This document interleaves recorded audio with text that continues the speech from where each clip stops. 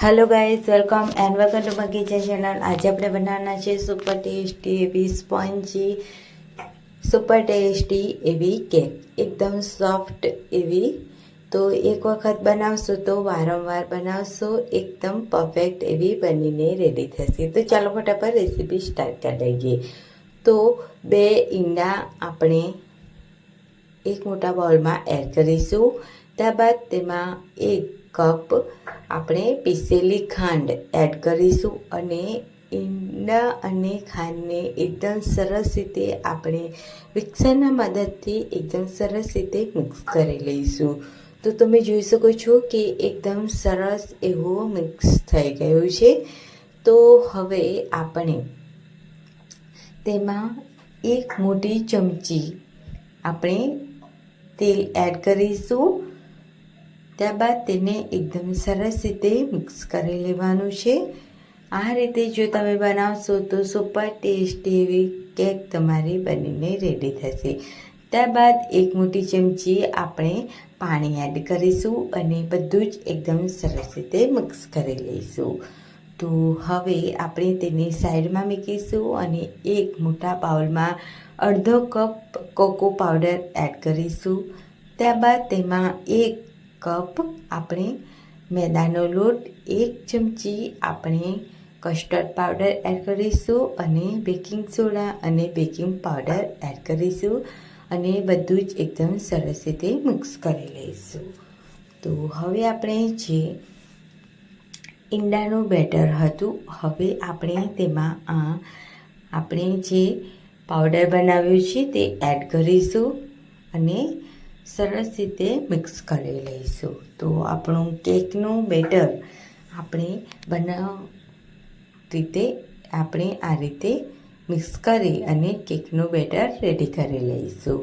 તો તમે જોઈ શકો છો કે એકદમ સરસ રીતે મિક્સ થઈ ગયું છે। તો હવે આપણે તેમાં અડધી કે 1 મોટી ચમચી જેટલું દૂધ એડ કરીશું। તો આ રીતે મિક્સ કરી લેવાનું અને બેટરને એક થિકનેસ આપવાની છે આપણે। તો આ રીતે બેટર પડતું હોય એ રીતે થિકનેસ આપણે રાખવાની છે બેટરની। હવે આપણે એક તપેલી લઈ લઈશું સ્ટીલની। જો તમારી પાસે કેક ટીન હોય તો તમે તેમાં પણ બનાવી શકો છો। હું સ્ટીલની તપેલીમાં બનાવી રહી છું। તો આ રીતે આપણે કાગળને તેલવાળું કરી લેવાનું છે અને તેમાં બેટર એડ કરી દઈશું અને આ બાજુમાં આપણે તપેલીમાં આપણે આ રીતે જે કેકનું બેટર છે તે તપેલી મૂકી અને તેને 45 મિનિટ માટે કૂક કરી લઈશું। તો તમે જોઈ શકો છો કે આપણી કેક એકદમ સરસ એવી બનીને રેડી થઈ ગઈ છે। તો તેને ઠંડી કરી લેવાની છે અને તેને આ રીતે ડિમોલ્ડ કરી લઈશું આપણે તપેલીમાંથી। તો ડીશમાં આ રીતે આપણે કાઢી લઈશું અને તમે જોઈ શકો છો કે એકદમ સુપર ટેસ્ટી એકદમ સ્પોન્જી આપણી કેક બનીને રેડી થઈ છે। તમે જોઈ શકો છો એકદમ સરસ એવી રેડી થઈ ગઈ છે। તો એક જ વારમાં તમે પરફેક્ટ એવી બનાવીને રેડી કરી શકો છો।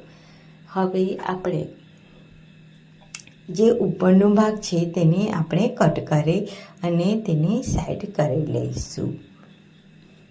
તો આ રીતે કટ કરી લેવાનું છે। હવે આપણે તેની ઉપર આપણે ચોકલેટ સિરપ એડ કરીશું। તમારી પાસે કોઈ પણ ચોકલેટ કે ડાર્ક ચોકલેટ હોય તે આ રીતે મેલ્ટ કરી અને કેક ઉપર આ રીતે રેડી દેવાનું છે અને ઉપરથી આપણે ગાર્નિશ કરીશું કાજુનો ભૂકો। તો સુપર ટેસ્ટી એવી આ કેક બનીને રેડી થઈ છે। તમે ચોકલેટ જેલીથી પણ તમે આ કેકને સજાવી શકો છો। એવી આ સુપર ટેસ્ટી એવી કેક બનીને રેડી થઈ છે। તો હું કટ કરીને પણ બતાવી દઉં ફ્રેન્ડ્સ। તો તમે જોઈ શકો છો કે કેક એકદમ ટેસ્ટી એવી સુપર ટેસ્ટી એવી બનીને રેડી થઈ છે, એકદમ સ્પોન્જી. તો તમે જોઈ શકો છો. તો હવે હું તમને આ રીતે પ્રેસ કરીએ તો તમે જોઈ શકો છો કે આપણી કેક એકદમ સોફ્ટ એવી બની છે.